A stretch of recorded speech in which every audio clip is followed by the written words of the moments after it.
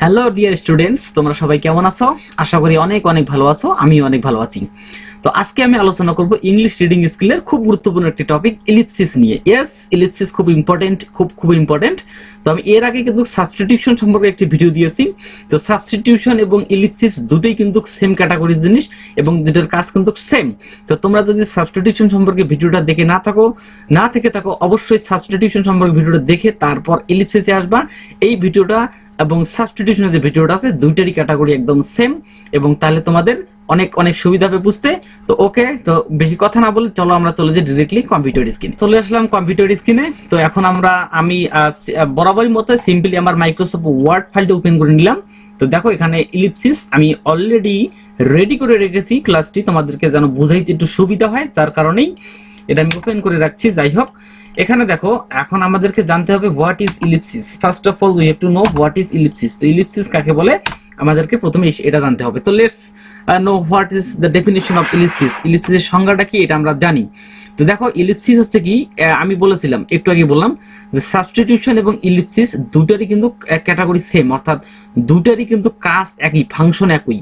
তো এক্সাম্পলটা এরকম, ডেফিনেশনটা এরকম যে পূর্বের কোনো সেন্টেন্স বা কনটেক্সট থেকে বোঝা যাবে এমন মনে করে কোনো বাক্যের অংশ বিশেষকে উল্লেখ না করার পদ্ধতিকে ইলিপসিস বলে। ঠিক আছে, এই জিনিসটা আমি এখন ব্যাখ্যা করে বলি যে পূর্বের কোনো সেন্টেন্স, অর্থাৎ এখানে দেখো দুইটা সেন্টেন্স, এখানে একটা সেন্টেন্স, এখানে একটা sentence. Okay, according to the definition, পূর্বের কোনো সেন্টেন্স বা কনটেক্সট থেকে বোঝা যাবে এমন মনে করে কোনো বাক্যের অংশবিশেষকে উল্লেখ না করার পদ্ধতিকে ইলিপসিস বলে। দেখো এখানে একটা এক্সাম্পল দিয়েছি, এক্সাম্পল দিয়ে তোমরা একদম ক্লিয়ার হবে যে would you like a cup of tea. তো যদি কিছু তুমি কি চা খেতে পছন্দ করবা বা চা খাবা, এমন কিছু একটা প্রস্তাব করা হচ্ছে। ওকে, তো এখন আনসার হিসেবে কি আসতেছে? Yes I would. হ্যাঁ, এটা অর্থটা কি? হ্যাঁ আমি খাবো, চা খাবো বা চা পান করবো, এমন কিছু বোঝানো হয়েছে। তো দেখো এখানে বলছে would you like a cup of tea. Like a cup of tea এই কথাটার পরিবর্তে বলছে ইয়েস আই উড, এই কথাটাই ব্যবহার করা হয়েছে।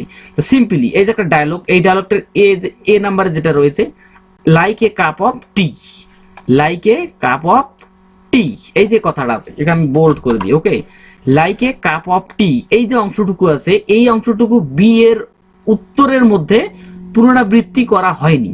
হয়েছে কি না? এটা পুনরায় বলার কোনো প্রয়োজন নেই, বলা হয়নি।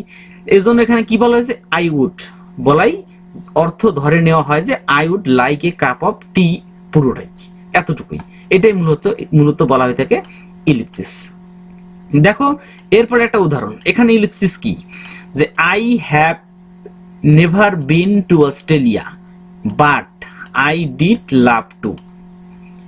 ঠিক আছে, তো এখানে দেখো এখানে ইলিপসিসটা কোথায় ব্যবহার করা হয়েছে? এখানে ইলিপসিসটা এখানে দেখো নেভার বিন টু অস্ট্রেলিয়া এই কথাটা আছে, এই কথাটার পরিবর্তে লাভ টু কথাটা ব্যবহার করা হয়েছে। এটাই কিন্তু মূলত ইলিপসিস। ইলিপসিস আর কিছুই না। আমি এর আগেই বললাম যে ইলিপসিস এবং সাবস্টিটিউশন দুটোই সেম। এটাকে কোনো ওয়ার্ড, একটা বড় কোনো ওয়ার্ড বা ফ্রেজকে রেফার করে শর্টকাট করে একদম সিম্পলি বলা হয়ে থাকে।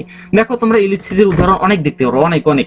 তোমরা যখন ইংরেজিতে কথা বলবা যে will you go to home, answer কি? Yes I go, I will go, বা এরকম আই উইল, এতটুকুই দিলে হবে, তাই নয় কি? যদি বলা হয়ে থাকে are you writing a letter, yes I am writing. এই লেটার কথাটা বলার কিন্তু কোনো প্রয়োজন হচ্ছে না। তো এটাই মূলত হচ্ছে ইলিপসিস। ওকে, একটা ফ্রেজকে পুনরাবৃত্তি না করে সেটাকে একটা ওয়ার্ডের মাধ্যমে উল্লেখ করাটাই মূলত ইলিপসিসের কাজ। তো দেখো এখানে আরো একটি উদাহরণ দেখো যে if you are not willing to take the risk I am sure অন্তর। তো দেখো এখানে সিম্পলি বোঝা যাচ্ছে, কি বোঝাচ্ছে? এই যে পূর্বের যে সেন্টেন্সটি আছে এই সেন্টেন্সে যেটা মনের ভাব প্রকাশ পেয়েছে, অর্থাৎ এইটার পরেরটাতে কিন্তু দরকার হয়নি। এখানে বলা হচ্ছে যদি তুমি এই রিস্কটা নিতে ইচ্ছুক না হও তাহলে অন্তর কিন্তু নিয়ে নিচ্ছি, অর্থাৎ এই যে অন্তর, এই যে এই কথাটার মাধ্যমে এই যে এই কথাটা পুরোটাই অর্থাৎ পুনরাবৃত্তি না করে এটা বলা হচ্ছে। যদি এইভাবে বলা হতো আই এম শিওর অন্তর উইল টেক দ্য রিস্ক, কথাটা হলো এই যে উইল টেক দ্য রিস্ক এই কথাটা আছে, এই কথাটা পুরো পুনরাবৃত্তি করা হয়েছে একবারই, মানে ওটা না বলে আবার পরের সেন্টেন্স এটা না বলিয়ে একবার অ্যান্সার দেওয়া হয়েছে, শর্টকাট অ্যান্সার। তো এই হচ্ছে মূলত ইম্পর্টেন্ট টপিক। ঠিক আছে, এটাই মূলত। এখন দেখো এই ইলিপসিস সম্পর্কে হয়তো মনে হবে যে ইলিপসিসটা অনেক কঠিন, আসলে মূলত তা না। আশা করি তোমাদের ইলিপসিস সম্পর্কে ছোটখাটো প্রশ্ন থাকলে বা সমস্যা থাকলে সমাধান হয়েছে। তো অবশ্যই আমি এর পরবর্তী ভিডিও কনজাংশন সম্পর্কে আলোচনা করব। তো সেই ভিডিও দেখার আমন্ত্রণ জানিয়ে এই ভিডিও এখানে শেষ করলাম। সবাইকে ধন্যবাদ। আমার ভিডিও যদি ভালো লেগে থাকে অবশ্যই শেয়ার করবে, লাইক করবে, কমেন্ট করবে এবং অবশ্যই আমার চ্যানেলটি সাবস্ক্রাইব করবে এবং পাশে থাকা বেল বাটনটি ক্লিক করে দিবে, যাতে করে আমার আপডেট ভিডিওগুলো তোমরা অল টাইম পাও। সবাইকে ধন্যবাদ।